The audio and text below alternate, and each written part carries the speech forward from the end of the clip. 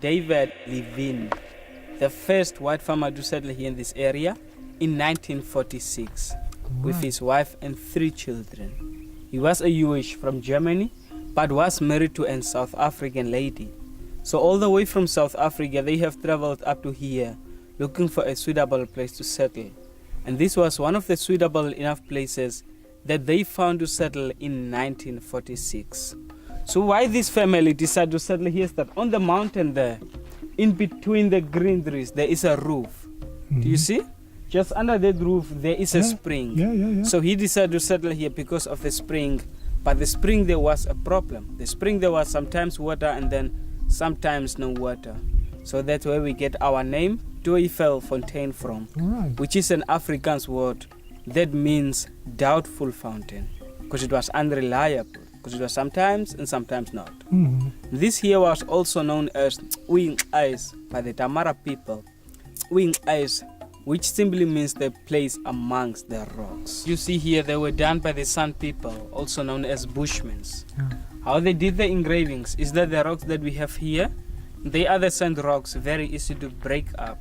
So they used the more harder stones called the quartz, and then they carved into the sandstones. This was discovered by a German archaeologist.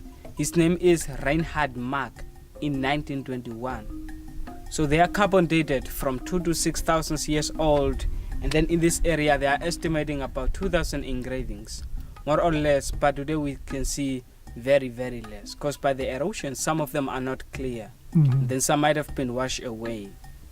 The Bushmen were the first inhabitants of Namibia and of whole southern Africa. They were the nomadic people traveling around from one point to another in search of water, food and shelter. So they were hunter-gatherers. All engravings around here were all about communicational and educational. Just like on this one here, we have different animals and their footprints. Why they draw animals and the footprints together was just to teach the young hunters that if you see a footprint on the ground, you have to know for which animal it is. Even if you are in hunt, you have to know after which animal you are. So it was just like a blackboard in school for teaching the young hunters, for them to be able to recognize the animals in their footprints and to know how to track animals. Below the human footprints there are 2 rhinos, the giraffe in the right top corner ahead of the buffalo here with the 2 horns, and then 3 different antelope footprints. Bigger one on the right for the eland, the kudu and the oryx. Coming down, these are the wildcat family footprints. It could be leopard, cheetah or the lions. And then we have got 2 big footprints here in the middle, which are for the desert adapted elephants. Just close to the elephant footprints in the middle, we have got 2 there, which are for the giraffes. And then there is a zebra standing there. In the left corner, some more engravings of giraffes. Coming down here on the bottom, some small footprints for the springboks. Springbok itself here, behind the springbok, the ostrich. Footprint of the rhino and the jackal on the very bottom. So some of the engravings on this one are not clear due to the erosions.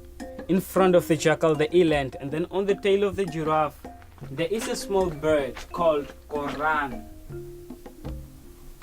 The human footprints represents the artist. So that was used as a signature, just as we do nowadays. Today we use our fingerprints as our signature, so that was the Bushman's signature. Alright, so on this one here we have got some more to see. We do have got some circles here. All the circles that you can see on this rock, they all represented the water holes. The circle with the dot in the middle, meaning that was the permanent water hole, and the circle without the dot was a seasonal or non-permanent water hole. So this one here was just sort of a map, but the water holes that we see here, caused by the climatic changes, which just took place some years ago, they are no more existing. They have dried out. But the interesting thing about these ones is that the symbols are still being used, even nowadays.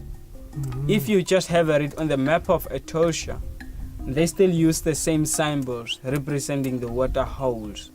So today these are used as universal symbols. We do have got also some animals next to the water holes, like this in jackal, oryx here with the long horns, elephant here done a little bit smaller with the trunk, and then we have got the leopard here.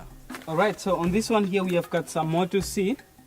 We do have got some oryxes here. Giraffe, ostrich, another ostrich, the hippopotamus here, footprint of the zebra, giraffe, lizard, two zebras in the middle.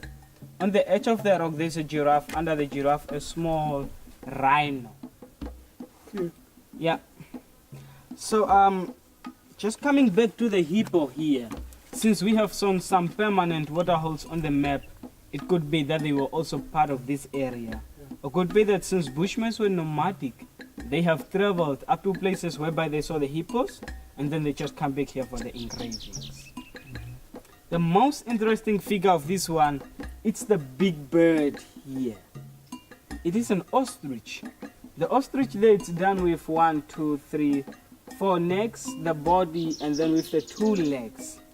Ostrich there was in a motion to show the movement of the ostrich neck from one position to another. So it was a motion picture, just like how the ostrich runs, feeds on the ground or drinks some water. No way. So it could be the motion picture, that could also be the first movie, huh? Or maybe the first cartoon. About 200 engravings around here are giraffes. So why they draw the giraffe the most was because the giraffes were known as their spiritual or the holy animal. Why? So what the Bushman people believed was that the tallness of the giraffe might reach up to the sky and then bring them some rain. So the giraffes were just like a symbol for rain to the Bushmen, and they never handed them. So according to their belief, they did the engravings of giraffes on every rocks around, asking for more rain. Seals on the right, 2 big seals, and then there's a penguin there on the far left, the big round one there. Yeah. So those hunters, since they were nomadic hunters, and as they were traveling around, they come across the coast. The main reason for them traveling to the coast was just to go collect some salt for cooking, as well as to preserve their meat from the flies, to keep it dry and for long. So once they arrive to the coast, they have discovered animals that they haven't saw here in these areas before, and then coming back, they can make the engravings, just to have it as evidence that they have traveled up to the coast. That's why we can see the seals and the penguin. Then we have got some giraffes here, the wildebeest with the round horns. Some of the wildebeest following each other there. Rhino there with a very long horn, also 2 rhinos on top there.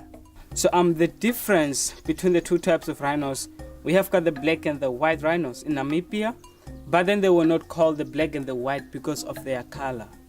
It was just a mistranslation from Afrikaans to English. Alright. Afrikaans-speaking people used to call the white rhinos Vice rhino. Vice meaning wide, large, because of the broadness of the lips. And then the other one was just called the opposite of white, which is black. Yeah. So the difference we can find between 2 types of rhinos is that the white rhino has got the wider lips, the black with the smaller ones, which we say as the pointed or the hooked lips. The black one is smaller in size than the white, but the black rhino is more aggressive.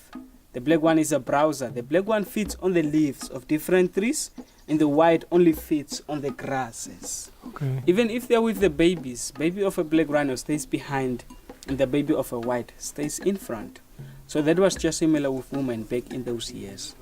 Like if the African ladies have babies, they put them on the back, and then the European ones, they put them in front or in the trolley. So the baby is always in front. On the top left, there we have got the most famous engraving of TWIFELFONTEIN, the highlight. It is the lion there, done with a very long, unusual tail. On the tip of the tail, it has a hand with 5 fingers, which demonstrates in shaman. So the shamans were the spiritual leaders of the groups. They were there to heal sick ones and to bring rain through the spirit, asking on their ancestors. Yeah, if you go So to for example, trance, So for example, if there's someone sick in the group, they have to hold a healing ceremony.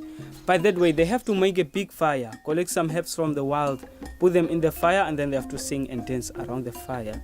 So if you take a wet leaf from the tree, just pull it down and then put it in the fire, it won't make any flame, but only the smoke.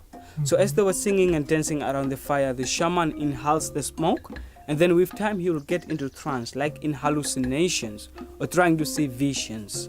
So once he get into trance, he have to transform himself to a powerful animal just to gain some strength.